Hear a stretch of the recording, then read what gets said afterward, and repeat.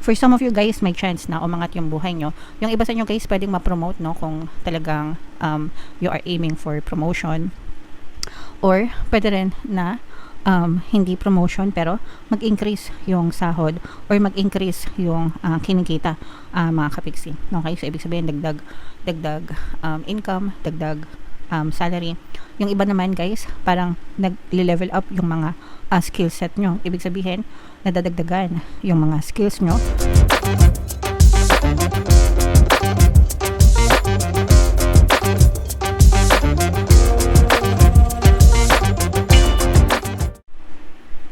Hello guys, hello Aquarius, welcome back to Pinoy Pixie Tarot. Ang pamagat ng episode natin for tonight is Money Money Come to Me. Ito yung ating money reading mga kapiksi para ngayong May, para sa Aquarius, Sun, Moon, Rising Sign, and Venus. Unahin natin tong deck na to guys. Tingnan natin yung mga money manifesting techniques para sa inyo. So, by the way mga kapiksi, pagpasensya nyo na yung boses ko kasi kakagaling lang natin sa sakit guys.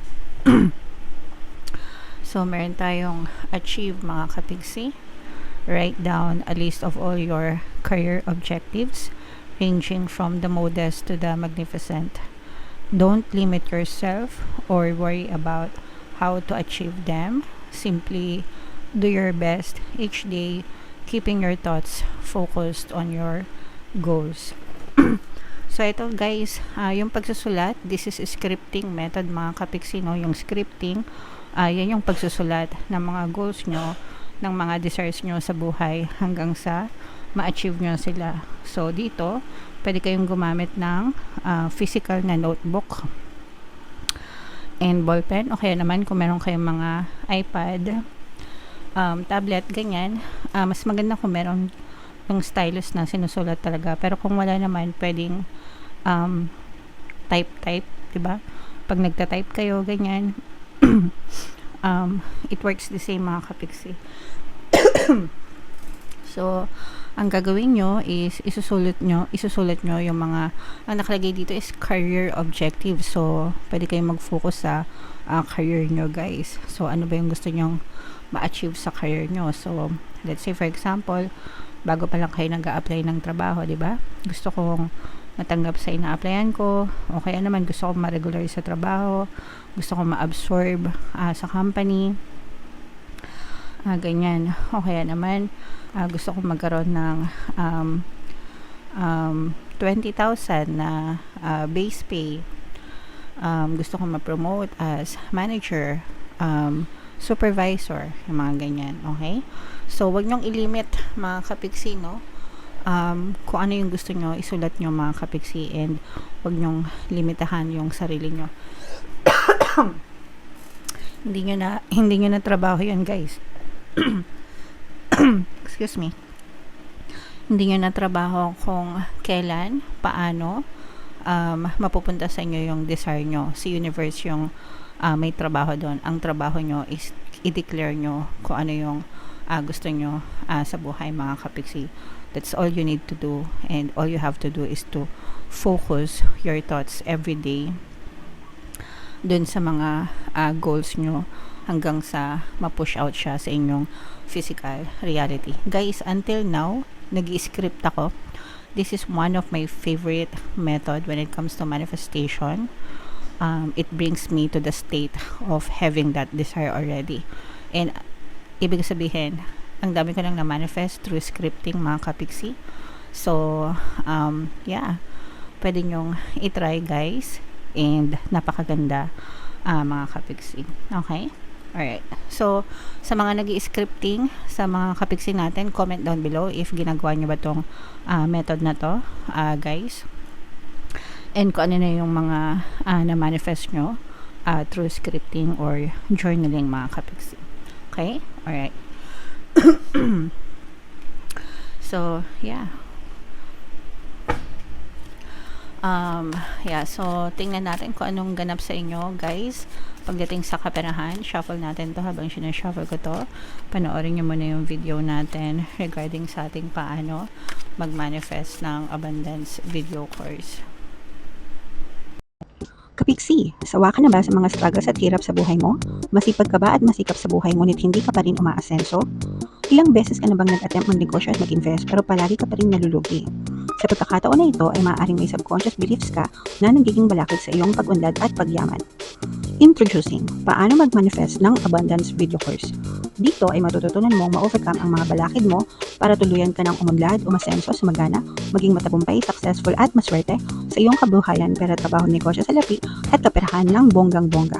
Dali, mag-send na ng email sa pinoypixitaro@gmail.com at simulan na ang iyong pagyaman ngayon. Alright. So, sa lahat ng gustong mag-avail ng course, guys, naka-flash sa screen nyo. Una, meron tayong paano mag-manifest ng abundance video course. Meron din tayong paano mawala ang third party at magkaroon ng harmonious na relationship. And meron din tayong paano pabalikin si ex, revised breakup. So, sa mga interesado, guys, mag-send lang kayo ng email sa pinoypixitaro@gmail.com. So, eto, guys, yung ating spread. Ito yung ating money energy, mga kapiksi. Aquarius ka represent ng King of Wands sa deck na to. Guys, ang air signs ay na-represent ng Wand suit. So, meron din tayo, guys, dito presence ng water sign, Cancer, Pisces, Scorpio. For some of you, maaring may water element kayo sa inyong natal chart, or you may also be dealing with another water sign. Ito'y tagumpay at success, mga kapiksi, no? May mga big wins at may mga small wins kayo pagdating sa inyong kabuhayan, kaperahan ngayong season na to, lalo na, guys, kung meron kayong certain goal or certain desire na sinet, no, sa buhay nyo. Una, nakikita nyo na nagpa-progress siya. Ibig sabihin, nagpa-progress, umaandar, gumagalaw. Pangalawa, yung iba sa inyo, nahihit nyo na talaga kung ano yung mark nyo. So, let's say, for example, may negosyo kayo, tapos gusto nyo kumita ng 10,000 per day or 10,000 per month, or kung magkano man yung goals na sineset nyo, mga kapiksi, na-achieve nyo na siya. Ibig sabihin, nakaka-achieve kayo ng mga quota, ng mga sales. So, yun yung ibig sabihin na may mga na-achieve na goals, mga kapiksi. O kaya naman kung nag-set kayo ng savings, ganyan, gusto nyo makaipon. Let's say, for example, ipon challenge, gusto nyo makaipon ng 5,000 per month bukod dun sa kinikita nyo, di ba? So, nahihit nyo na yan. Ibig sabihin, na-achieve nyo na, mga kapiksi. Whatever goal, kung ano man yung goal na sinet nyo, guys. Pero this is a very nice message na you are on the right track, no? Nandun ka sa tamang track, nandun ka sa tamang daan para maging successful, para maging matagumpay sa larangan ng kaperahan or kabuhayan mo.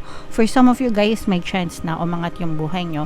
Yung iba sa nyo, guys, pwedeng ma-promote, no, kung talagang you are aiming for promotion, or pwede rin na hindi promotion pero mag-increase yung sahod or mag-increase yung kinikita, mga kapiksi. Okay, so ibig sabihin dagdag income, dagdag salary.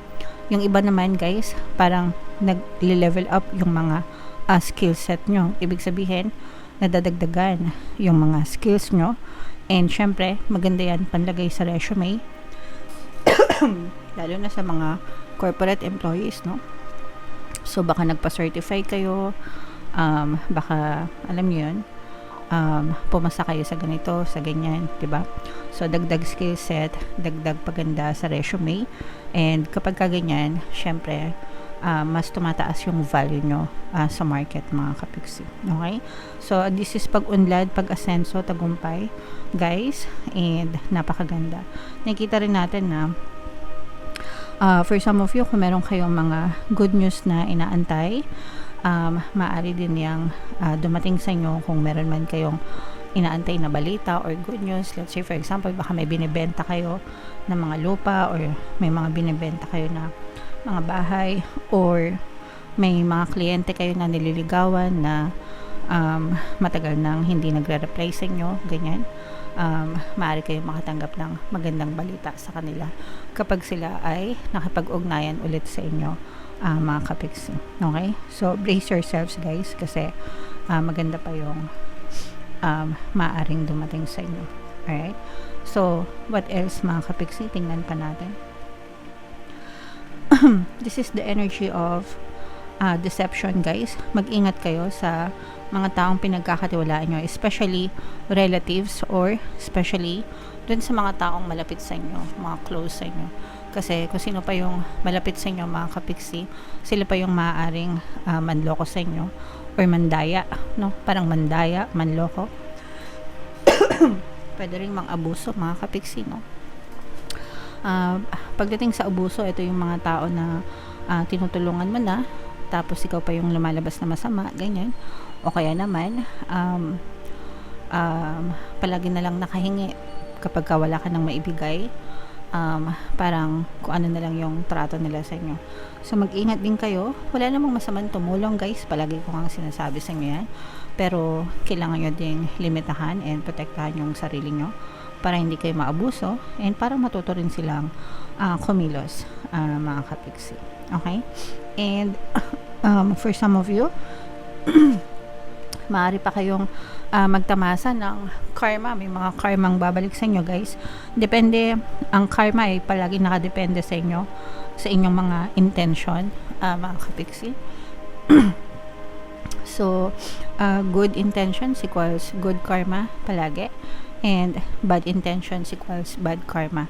So, kayo lang nakakaalam kung ano yung babalik sa inyo. Depende sa intention nyo. Depende sa kawang gawa nyo mga kapiksi. Kung alam nyo na naging mabuti kayo, okay? And naging mabuti yung intention nyo, definitely good karma yung babalik sa inyo. Pero kung meron kayong mga bad intention na kahit hindi nyo sinasadya guys, it counts as bad karma. So mag-ingat kayo palagi sa mga ginagawa nyo sa buhay. Okay? Alright.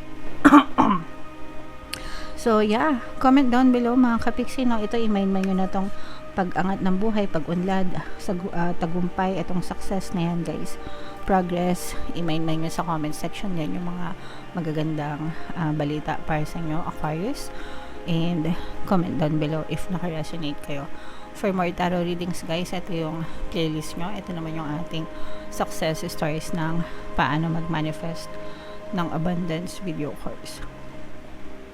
Click here to subscribe guys. Ito yung ating mga pampaswerte subliminals. Thank you for liking, sharing, and subscribing. I love you all. Have a nice day. Bye-bye.